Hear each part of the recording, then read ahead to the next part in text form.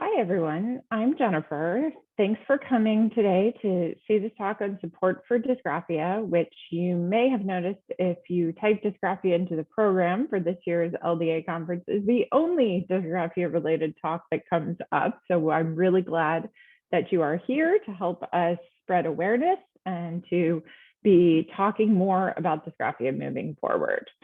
So here's our outline today. We're going to talk about the unmet needs in this space. What is dysgraphia and why are we using that term? Go through many of the unmet needs and things that we're trying to do, including improve education, community and awareness, revisit those needs and where we still need to go, headed into the future directions and takeaways from the talk. So let's start with the unmet needs. And first, a little bit of background on me. Coming in 2019, I have been entirely new to this community, and this is the first time I've spoken here at LDA. But I am a scientist and an advocate by professional background, and I speak at national and international conferences regularly on health-related topics. So I found myself in a situation in 2019 where I was experiencing many of the same issues that I am seeing every day in the dysgraphia community, and decided that my voice could be one that helps make a difference.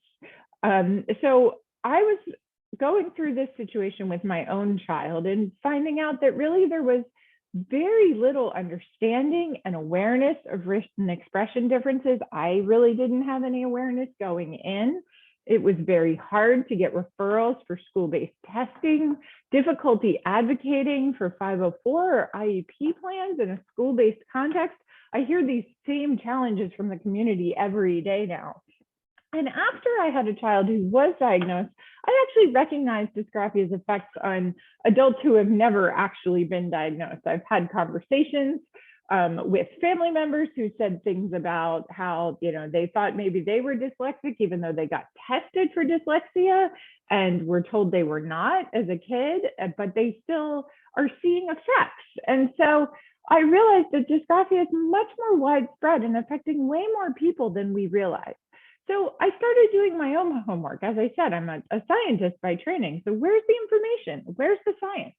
And for me, it all started with a search. And this is me recapitulating that search a couple of weeks ago in preparation for the talk. But if you go to the National Library of Medicine, to their PubMed database, which is where a huge catalog of scientific literature, and you type in dyslexia now, you get nearly 11,000 results.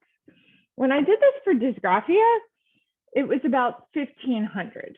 So there is very, very little scientific literature if you start to look for dysgraphia on what this is, what it looks like, what's the underlying biology, what's happening. So as I said, there's about a seventh the amount of scientific literature on dysgraphia as in dyslexia. When you start digging into that, much of it is focused entirely on handwriting. Handwriting is a really important issue for people with dysgraphia. Many people see handwriting effects. We'll talk about that more. But that is not the only thing that is affecting our community. And so I was surprised to see that how much of the literature was really focused just on that motor skill and handwriting component. In addition, a significant amount of it was focused on agraphia, which is loss of written expression skills. So if you have written expression and then something happens, a traumatic accident, maybe a stroke, and you lose that written expression. And that's not what I was dealing with. I was dealing with what is often termed now as developmental dysgraphia, which is when people are really born with problems with written expression, and it's part of neurodiversity. It's not the loss. So I was sort of taken aback by how little literature I could find on this developmental dysgraphia that I was looking for, and how it didn't really match up with what I was seeing. So there were many immediately obvious needs. There was no clear definition of dysgraphia in the literature. As I said, there was very little scientific or medical literature. To give you some context, if you type the word cancer into that same site, you get 4.5 million hits compared to the 1,500 you get with dysgraphia. There was very little awareness in schools. And as I started looking around, there are some great sites that are generalized for all learning disabilities, such as LDA, such as understood, but there's really no centralized home for this community, for people with written expression differences. And so that was what really led to the start of Dysgraphia Life. So this is the Dysgraphia Life homepage. You can find it here at www.dysgraphia.life. And this is a screenshot from the first day that the site was live in October of 2019. I'll talk a little bit more about components later on, but first I think it's important for full transparency and conflict of interest to admit all the disclosures. Dysgraphia Life is not at the moment a 501c3 organization. For sustainability standpoints, it is actually structured as a B Corp, or a public benefit corporation. You can look up the organization's articles of incorporation with the state of Virginia, and it very clearly says that the purpose is to create a general public benefit, and the specific purpose for the organization is to provide individuals with learning disabilities with information, education, beneficial products, and services. I have actually tried to start a nonprofit in the past. I have started a nonprofit in the past. It is very, very difficult with a startup nonprofit to do all the fundraising necessary to keep it up and running and sustainable. So this structure allowed us to really fulfill the mission of the organization, to be going after public benefit, to be helping the dysgraphia community while sustaining the organization through things that don't count as donations, such as advertising on the website. I will say currently the organization has no income. We're entirely volunteer-based. Most of the volunteers are previous or current nonprofit employees, and we function very much as a nonprofit, but it is officially a corporation type structure, and I have ownership. So please keep that in mind as we move forward. In addition, as we're talking about transparency, I want to make a note on language. I am a big believer in the words matter movement, that people, the way you say things and how you phrase things can really make a difference. I will point out that the phrasing is very unclear at times in this community. The medical literature tends to use the phrase learning disorder, whereas the educational system uses the phrase learning disability. And many parents use the phrase learning difference, because fundamentally we believe that while our kids may learn differently, there's not anything wrong with them. This is just how they are, and it's different from the average. I'm a huge believer in all of that. I will say I'll use probably all three of these terms fairly interchangeably throughout this talk, but I want to note that it is important on the audience that you're talking to how you are phrasing some of these things and what will be the most effective. Similarly, there is a big movement in the neurodiversity community to talk about identity first language, because those who are neurodiverse, it is part of their identity and part of who they are.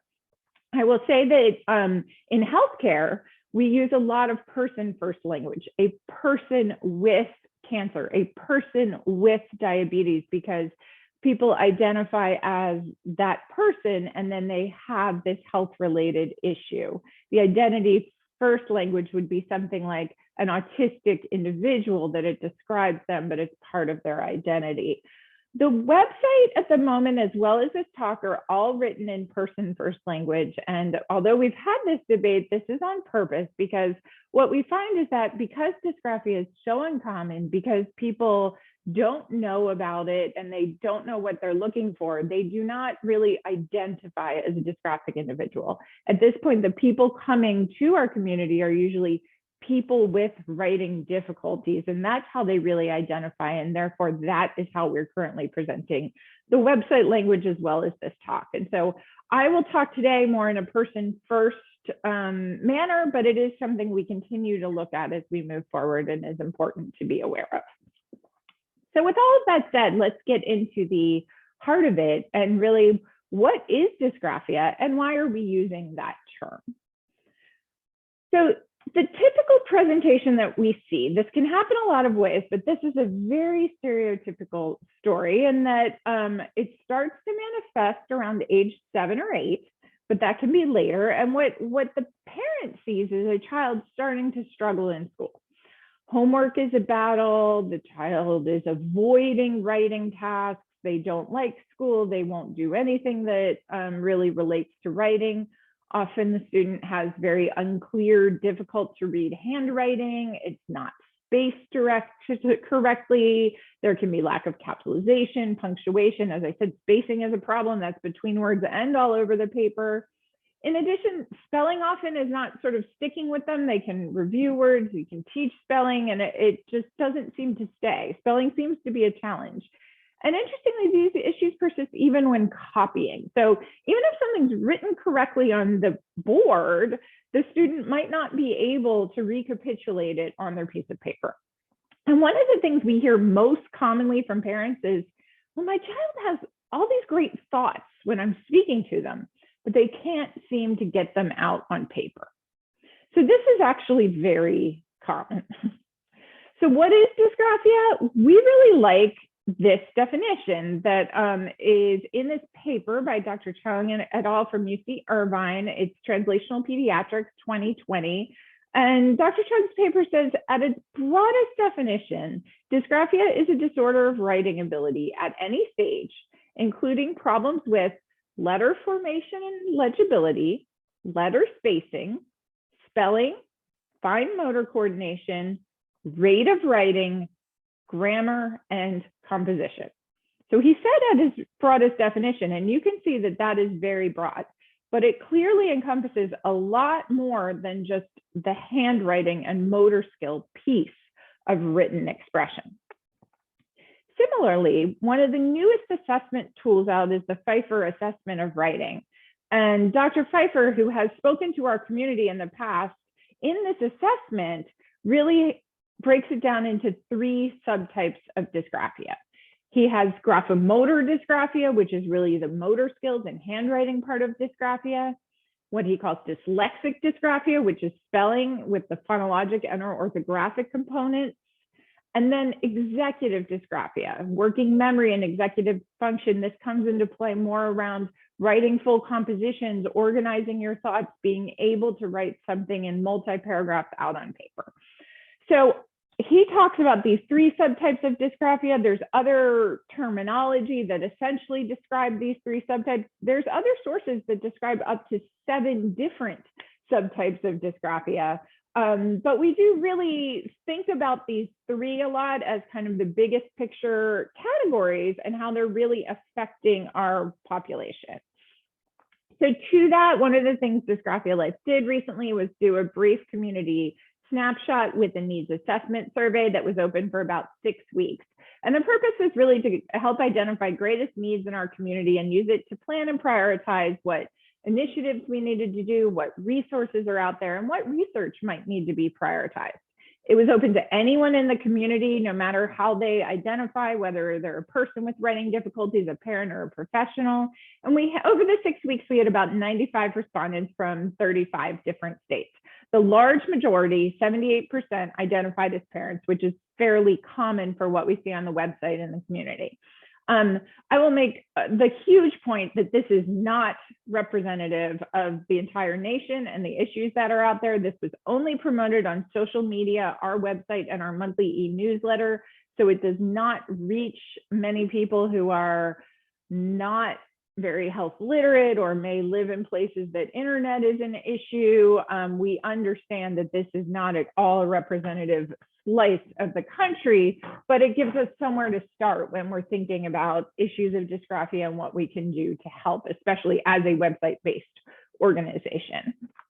So we went back and we took looked at Dr. Feifer's approach and asked, what areas does your child find difficult, to those parents who responded to the survey, and broke it out into 3 similar categories: penmanship, handwriting, spelling, and then organization of thoughts or composition. And what's the most noticeable about these results is not which category comes in first, but the fact that 77% or more was the score of all 3 categories. So most of the respondents in our poll are choosing all 3 of these things as being the areas of difficulty for their child. It very clearly was not a handwriting specific issue. It extended beyond handwriting to also the spelling and composition issues. So what does it look like to diagnose dysgraphia? There are medical diagnosis codes under the World Health Organization. The ICD-10 code is the commonly used system now, and there is a code S8181 for specific learning disorder. Remember, I said the medical literature uses learning disorder. So specific learning disorder with an impairment in written expression. There is a new ICD-11 that will be rolling out, although it takes a very long time for these codes to roll out, but it also has a similar code for developmental learning disorder with impairment in written expression, which will be under a different code once people start using ICD-11. Similarly, the APA DSM-5 has a specific learning disorder with impairment of written expression. And there are specifiers that you can add that include deficits in spelling, grammar, punctuation accuracy, and clarity and organization of written expression. So there are these medical diagnosis codes. When you go into a school-based context, we hear from many people that the school-based diagnosis is difficult. But what we see is that you can get an educational plan under specific learning disability of written expression. So why do we use the term dysgraphia? Dysgraphia is not in the medical diagnosis codes. It's also not typically found in the school-based codes. So why are we using this term? Quite frankly, it's because people get it. Most people have heard of dyslexia. They understand that dyslexia is differences in reading. Dysgraphia is similar. So we describe it as, well, dyslexia is where you have trouble inputting the information, reading it from the paper and decoding it to input it into your brain. Dysgraphia is the opposite. It's the cousin. It's the trouble when you're outputting it. So it's the problem with getting the thoughts from your brain down onto the paper into some sort of form of writing. So it's basically a cousin. People understand that. They relate to it. They say, oh yeah, of course, that makes sense. And so that's why we're really pushing dysgraphia awareness, because it's much more approachable to the general public and they understand the concept as opposed to talking about a specific learning disorder of written expression. So what about assessments? We just said dysgraphia is not a specific code, but you can get an educational plans under specific learning disability of written expression. There is not one standard test or set of tests that are used during assessment. Typically, testing for dysgraphia or specific learning disability of written expression is done as part of a comprehensive neuropsychological evaluation. This can be done by a psychologist or neuropsychologist, either private or in a school-based setting. We also see a lot of people with the handwriting piece start with occupational therapy, and there are occupational therapy assessments for the motor skills and sensory issues. Many people start with OT and handwriting, partially because of the age of the children. That's often something that's identified first. I do want to make the really important point about the assessments. When we did that poll that I just showed you, 2/3 of the respondents who said that they had some sort of diagnosis for a specific learning disorder of written expression or dysgraphia said that they had gotten private testing to get that diagnosis. This is a hugely important health equity issue. Private testing is not an option for everyone. It can cost thousands of dollars if you go to a good outside neuropsychologist. And this is where we are going to see more and more and more health equity issues in our schools and in our community as people are not able to get the proper assessment within schools. Schools are not recognizing this very well in a lot of cases. And we really need to be spreading awareness, because getting those outside assessments really just isn't accessible for many, many people. And we do not want to see this gap continue to widen over time. So a really important point, dysgraphia is a common issue, it's out there, and we really need to be talking about it so that people are aware. They know to test, they know how to test. So that leads right into education. How are we educating about dysgraphia? I will say our site, we started with website content. I have a few quotes peppered throughout the talk that are all unsolicited feedback we received by emails of people who just found us and sent the feedback in. I won't read those, but they're very important to us. Our goal with website content was really to be a resource for people who were struggling with written expression and their loved ones. We set up the site so that it had separate sections for parents, teens, and adults, tried to include as much evidence-based content as possible. We are constantly expanding. There are resource links, ways to point you to different resources that might help you or help your child who may be struggling. And we have blogs from outside experts. So everyone at this conference, if you experience students with dysgraphia or you know people with dysgraphia, if you want to write a blog, we would love to have you. We'd love to collaborate. Please contact us, info@dysgraphia.life. As I said, the website content is ever expanding. We try to improve it all the time, and we continue to grow.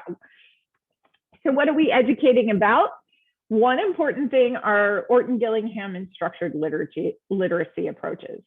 At a conference like LDA, most of you are familiar with this type of approach, but we find that the acquiring written language and spelling skills in a lot of ways mirrors what people are teaching for the science of reading. What is that Orton Gillingham approaches and structured literacy are really important in the science of reading, and they're also going to be important as we expand the research for the science of writing. We had a beautiful keynote talk this morning all about the science of reading. I did go up and ask the speaker if she's done anything about writing, and so far they have not. But what literature is out there implicates that these type of structured, systematic, sequential approaches, teaching heavily on phonics, phonology, orthography, morphological principles, that is also what's needed not only for learners with dyslexia, but also learners with dysgraphia, particularly for the spelling, the being able to form words. The principles are the same.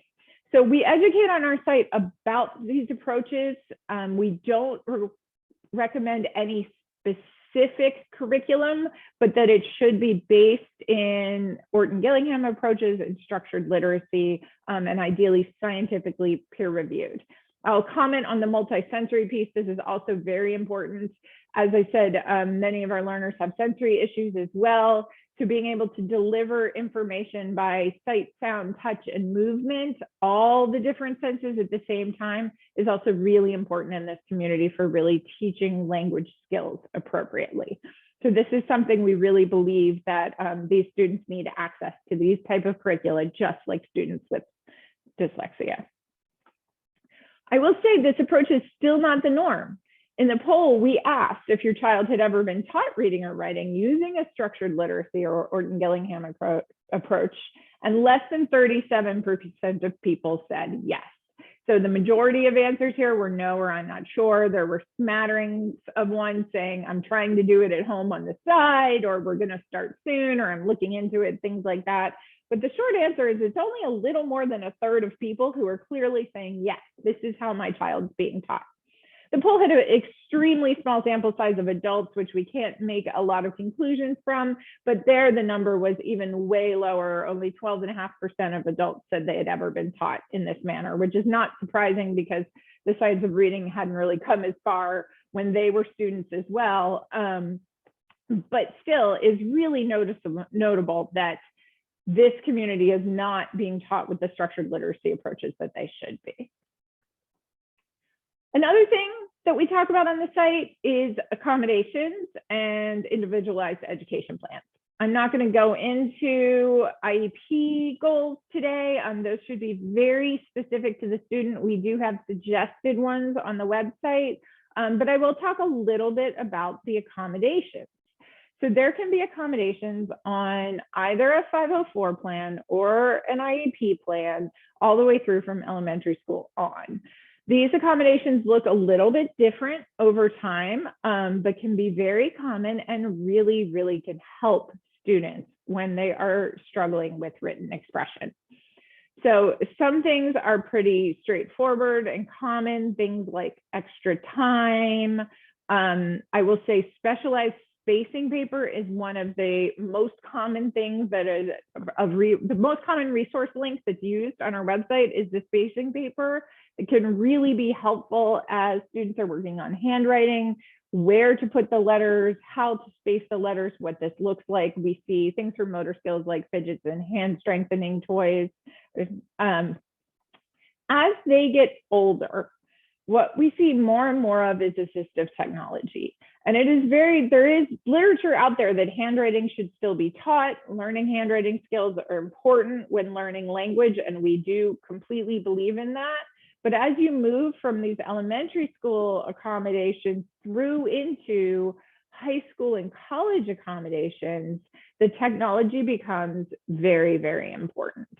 And what we see is that most older students are starting to take advantage of assistive technology resources such as talk to text, and then using really strong editing skills. So I don't know if you know, but Google Docs has free voice typing. You can just turn on voice typing. There's no cost to that program, and you can talk out your thoughts for your paragraph. Then you go in, you work on your editing skills. What should the spelling look like? What should the capitalization look like? What should the punctuation look like? And go through and edit that stream of consciousness to really look more like a physical paragraph. This helps many, many, many students with overcoming that block against writing and really being able to get their thoughts out in a meaningful way, and then go back and make it look prettier and make it look more appropriate for submission.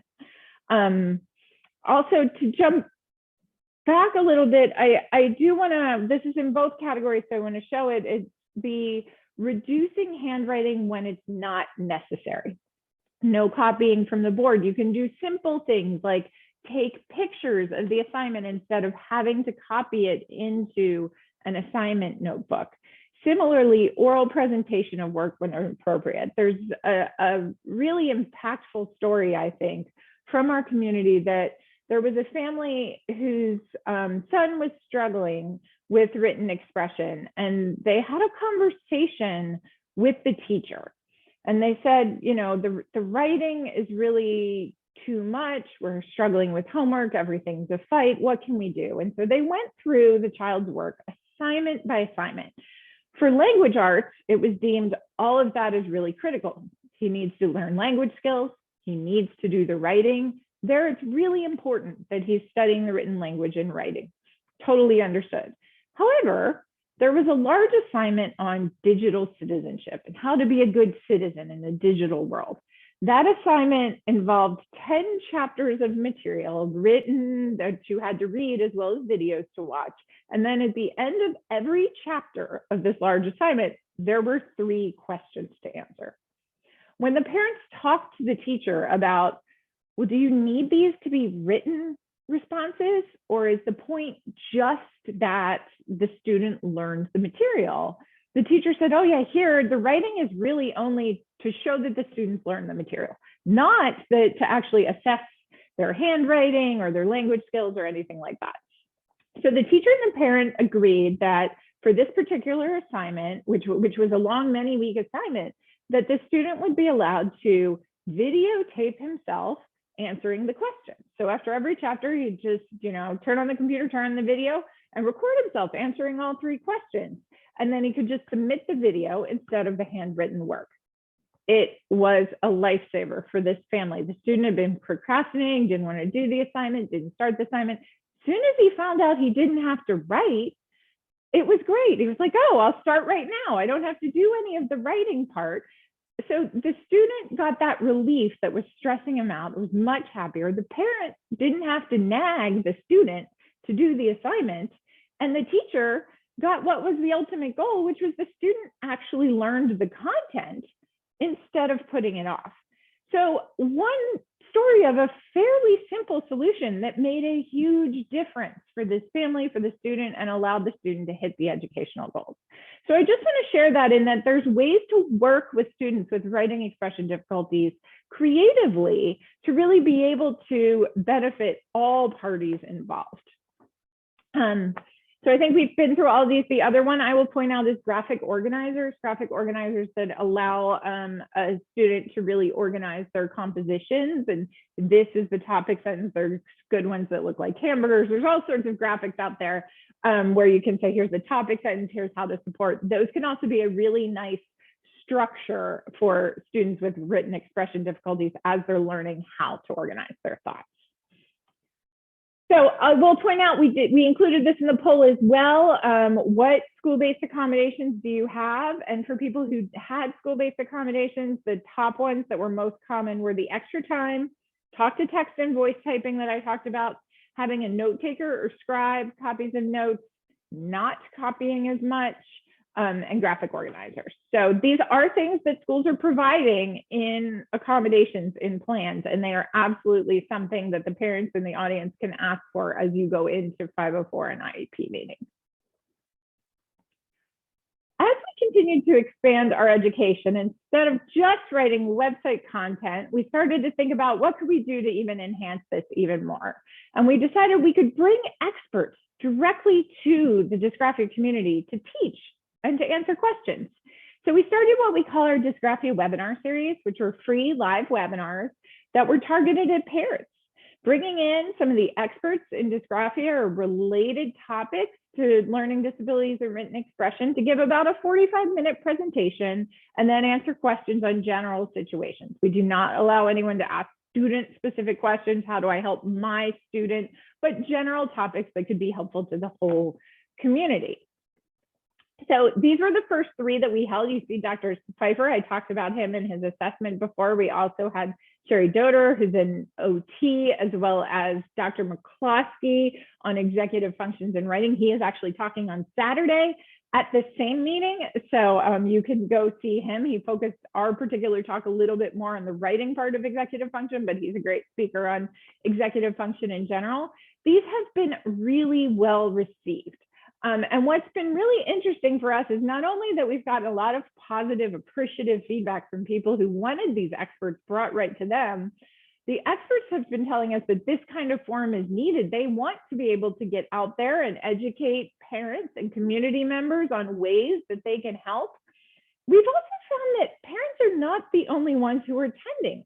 Even though we were advertising these as parent webinars, we've realized over the course of the past three that many teachers, special education teachers, general ed teachers, and other professionals are joining the webinars as well to learn more about dysgraphia and strategies to help students that they are seeing.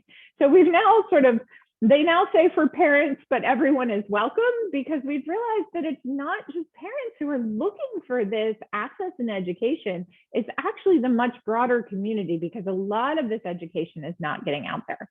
I'll point out all of these are archived on our website. So go to our website, look for the Dysgraphia webinar series, and you can watch the webinars back for any of those. And the next one is coming up soon. It's on February 16th, and that will be, I'm personally really excited about this one. It's two cognitive science researchers from Johns Hopkins who have been working on dysgraphia, Dr. Brenda Rapp and Dr. Michael McCloskey, talking about understanding dysgraphia from a cognitive science perspective. So encourage you to check it out and to join us. So with that, I've mentioned the word community a lot, but that was really one of the goals coming in, was to build community. How do we make sure that people who are struggling with their writing, or parents or others, are learning from each other as well as learning from us? Peer-to-peer learning can be very, very important. So what does that look like? So first, what does our community look like as a whole? As you may have guessed from some of my examples, dysgraphia is pretty common. So Dola and Heim in 2016 in their paper said that the prevalence for developmental writing disorders is about 7 to 15% among school-age children, which is really quite high. Dr. Chung's paper I showed you earlier, they estimated between 10 and 30% of children experience difficulty in writing. The prevalence of this would depend on the definition of dysgraphia. There's studies out there showing that it's more common in boys than in girls.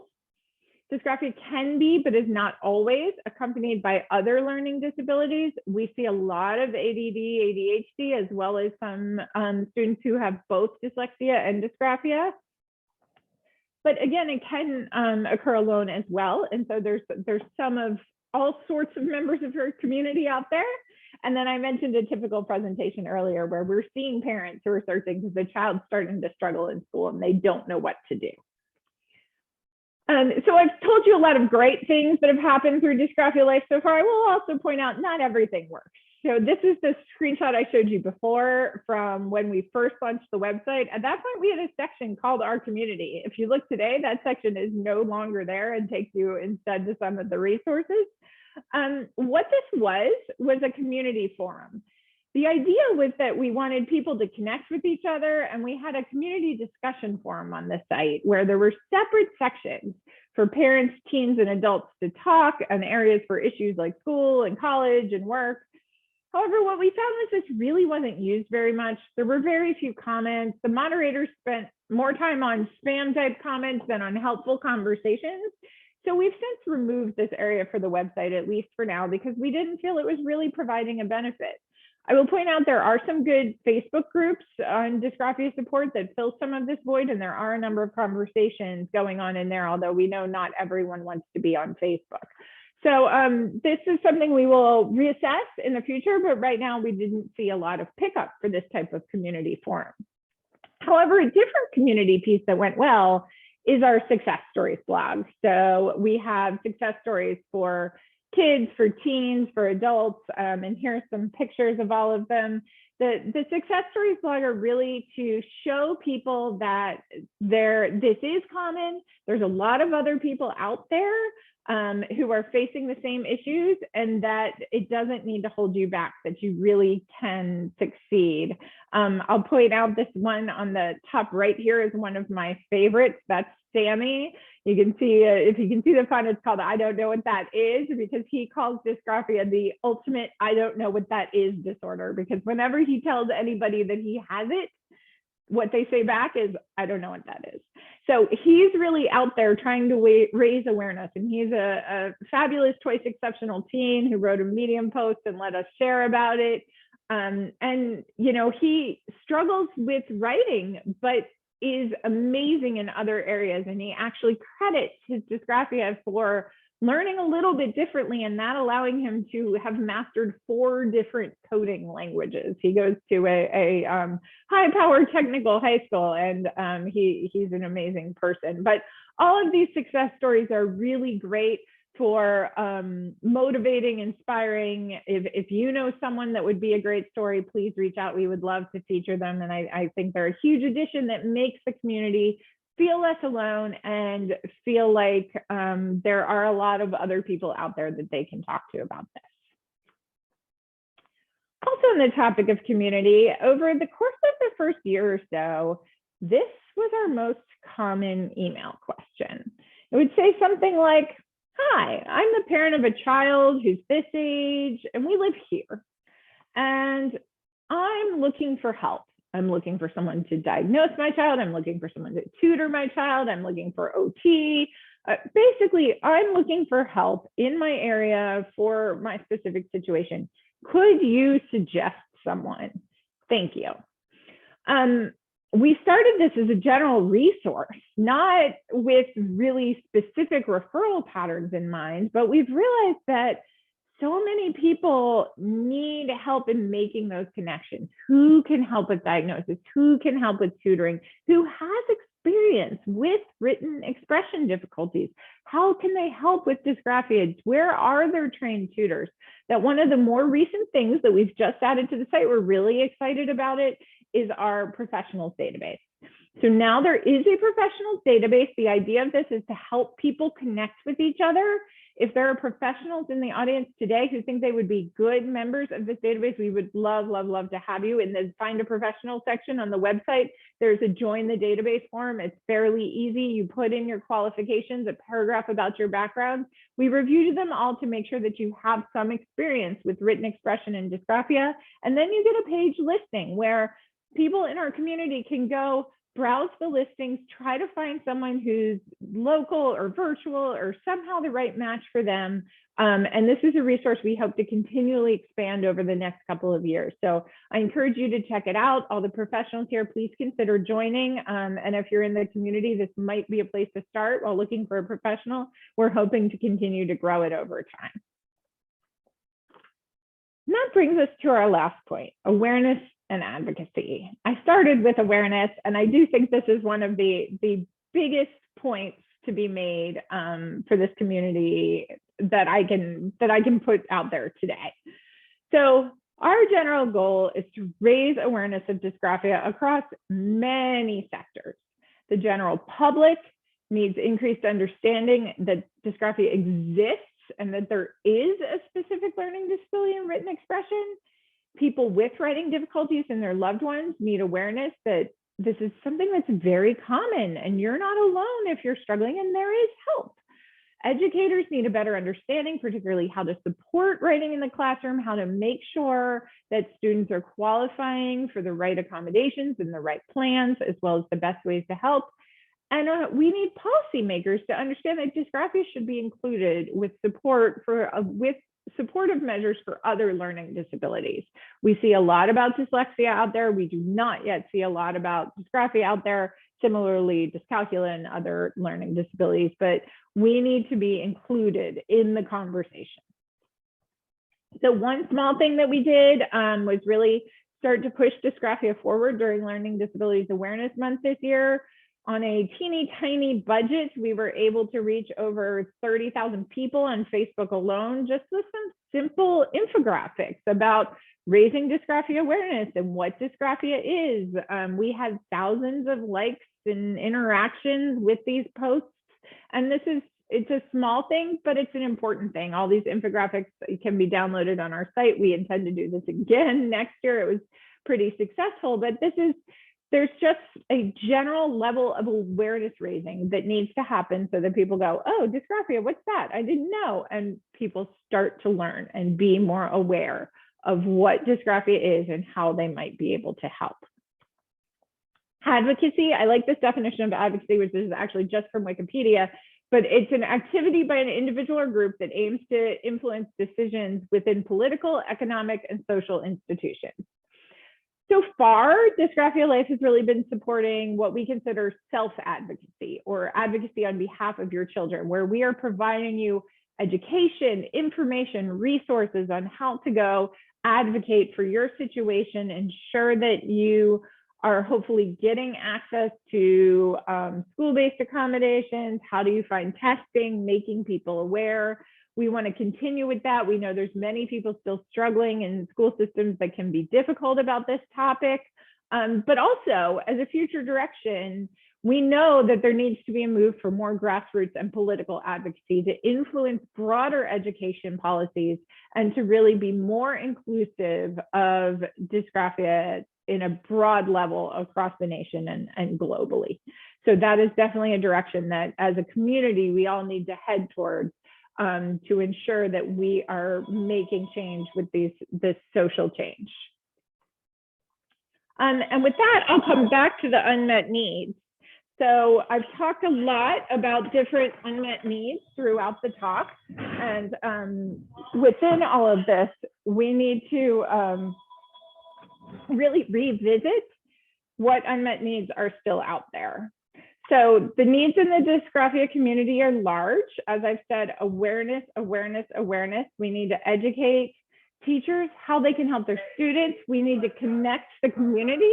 And importantly, we need more research on the neurobiology, genetics, effectiveness of interventions and accommodations, and the long-term outcomes of people with dysgraphia, and to really understand how this works in the brain, what's the biology behind it, and what are the implications for those who have these learning differences in writing.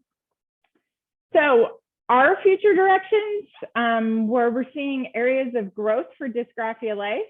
One of the important areas is awareness. As I said, more awareness everywhere, public awareness, as well as eventual advocacy at state and national levels. We're going to continue to expand the education, the website content, the webinars. We're thinking about how we can expand that webinar type education to professionals, particularly teachers, because we're seeing the need.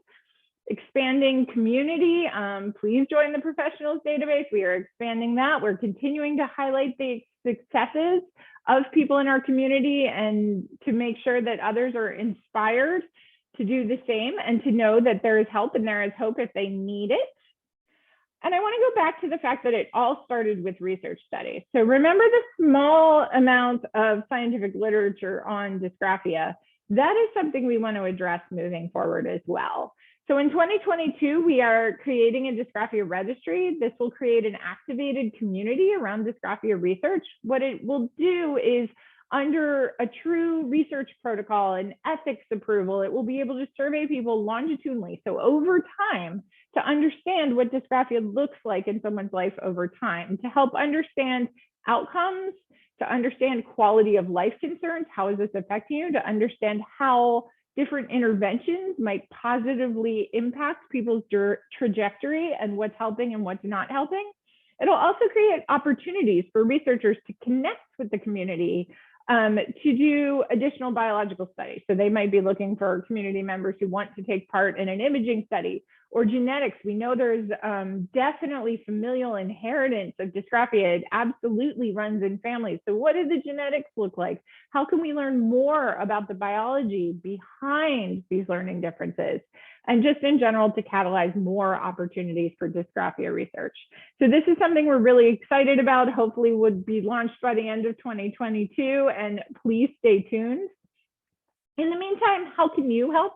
We want everyone to be spreading the word about dysgraphia. Thanks for coming to the talk, and hopefully there'll be more talks about dysgraphia as we move forward into the future. Professionals, here's ways to reach out. You can join the database. We'd love to have you collaborate on blogs or webinars. Please reach out. And remind your clients that they're not alone. There are strategies to help. Our community needs to really get involved in broader learning disability related efforts and include dysgraphia in those conversations around policy and awareness. We'd love to have success stories, and thanks for participating in surveys and research moving forward. So big picture takeaways. As you heard, there are major gaps related to dysgraphia and specific learning disability of written expression, gaps in the research, gaps in awareness, both in school and general public awareness. We need to clarify the definition of dysgraphia so that there's consensus. A better definition will lead to clearer assessments, less confusion, and much more targeted strategies for how to help the different components of dysgraphia moving forward. There are ways to help. We talked about some of them. And definitely there are both learning strategies as well as accommodations that are out there for people in our community. And as I've been saying all along, education, awareness, and advocacy will be key. It's going to take a coordinated community effort to address all these areas. And we're pleased to be one voice, but we're going to need many. And we're going to need the whole community to be out there talking about dysgraphia to be able to move things forward. So with that, thank you. Thanks to the Dysgraphia Life community in general, the emails, everyone who answered the needs assessment survey, everyone who shared success stories. We have a fabulous community and I love working with them. A huge thank you to Amy Copeland, who is our biggest volunteer. She's a consultant in her professional life who's volunteered a lot of time helping me get a lot of this work off the ground and really, and was the co-author of this abstract for this meeting. A thank you to all of our webinar speakers, professionals who've written blog articles, everyone who's contributed over the last 2 years. We really appreciate everything that everyone's done and encourage you, reach out, contact us at info@Dysgraphia Life if you want to connect, if you want to collaborate.